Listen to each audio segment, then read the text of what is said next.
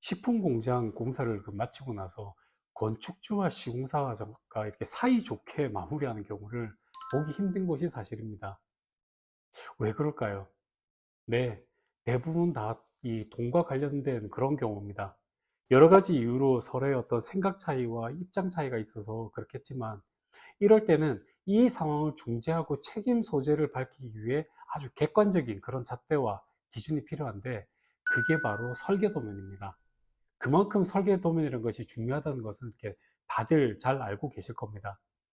그래서 건축 설계 사무소를 선정하는 것에서부터 설계 도면을 그리는 업무 절차를 어느 정도는 이해해야만이 도면에서 어떤 빠지거나 놓치는 그런 부분들 때문에 다툼을 하게 되는 일을 막을 수 있고, 또 시간이 지나도 우리가 불편하지 않는, 후회가 없는 공정을 지을 수가 있게 됩니다.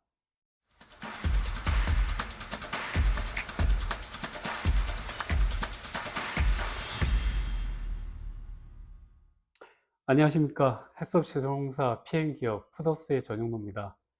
지난 영상에서 우리가 생산 환경 분석 마지막 세 번째 파트로 생산 기계를 구입할 때 고려해야 할 어떤 점들과 작업실에 생산 라인을 배치하는 방법에 대해서 한번 알아봤습니다.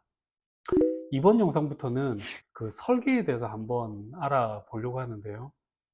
공사가 내가 생각했던 것과는 전혀 이렇게 다르게 진행되고 있거나, 아니면 하자가 생겨서 시공사와 다툼이나 아니면 사용을 하면서도 또 불편하면서 오는 그런 후회를 남지 않게 하려면 어떻게 해야 될까요?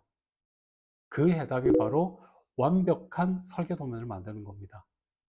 그러기 위해서는 어떻게 해야 되는지 설계에 대해서 앞으로 5회에 걸쳐서 한번 알아보려고 합니다. 설계에 대해서 알아보는 그 첫 번째 파트인 이번 영상에서는 건축 설계의 정의에 대해서 먼저 알아보려고 합니다. 저는 해썹 시설공사에 대한 이렇게 강의를 할 때마다 항상 늘 이렇게 설계에 대한 중요성에 대해서 제가 강조를 하고 있습니다. 건축주가 건물 한 번 짓고 나면 10년은 늙는다라는 말을 참 많이들 하십니다. 그렇게 건축주를 힘들게 만드는 문제의 원인을 이렇게 좀 찾아보면 대부분이 잘못된 설계, 다시 말해서 부실한 설계가 그 발단이 되는 경우가 참 많습니다. 잘못된 설계란 설계 도면에 누락된 내용이 많거나 아니면 오류가 많은 도면을 잘못된 설계 또는 불완전한 설계라고 말을 합니다. 일반 건축물과 우리가 달리 물 사용이 많고 열기와 증기가 많은 그런 식품 공장의 경우는 건축주와 시공사의 다툼이 더 많이 생길 수밖에 없는 요소들을 많이 갖고 있습니다. 여러 가지 이유가 있겠지만 우리나라 건축 설계 사무소 중에는 이런 어떤 식품 공장의 특성을 잘 알고 식품 공장만 전문으로 설계하는 그런 건축 설계사가 그다지 많지 않다는데 이유가 있습니다. 그래서 식품 공장의 시설적인 특성에 대한 이해도가 없는 상태에서 설계 컨셉을 잡고 그다음에 일반적인 건축물 설계하듯이 작성된 도면으로 공사가 이루어지다 보니까 실제 생산을 시작하고 나면 여기저기서 이렇게 문제가 발생하게 되는 경우를 많이 보게 됩니다. 이런 상황을 막기 위해서는 설계사무소를 선정할 때 식품과 해썹에 대한 경험과 실력을 갖춘 그런 건축 설계사무소를 만나는 게 제일 중요합니다. 하지만 사실 그게 말처럼 이렇게 쉽지는 않습니다. 하지만 저희 구독자가 되시면 큰 걱정 안 하셔도 됩니다. 저희 유튜브 채널에 이번 영상 이전까지 올렸던 영상의 내용들을 잘 한번 이렇게 정리하고 우리 회사에 맞게 자료를 잘 준비한 다음에 이렇게 설계사무소와 의논하면서 작업을 해 나가시다 보면 나중에 생길 수 있는 어떤 리스크를 어느 정도는 줄일 수 있게 될 겁니다.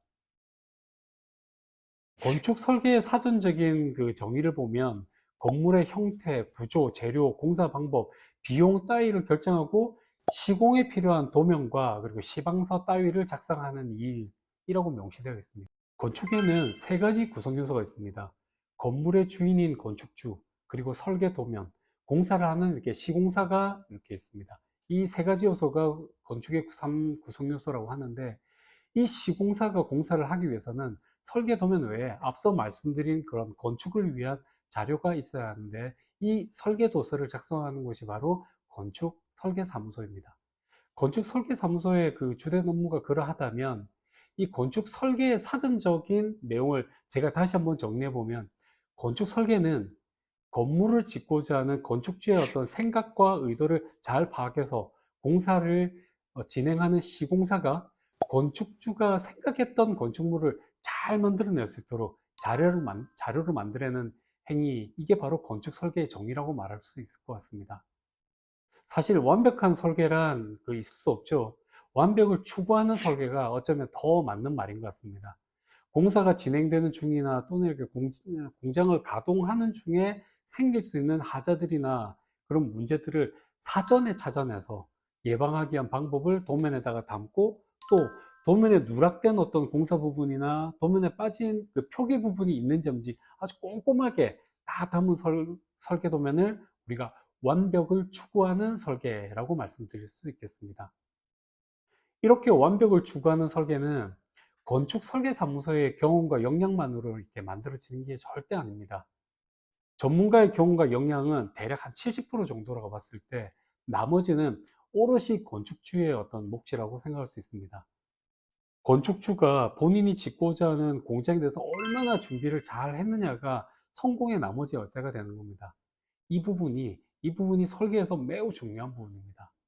지난번에도 말씀드린 바와 같이 여러분이 만나는 이제 건축 설계사와 시공사는 식품 전문가가 절대 아닙니다.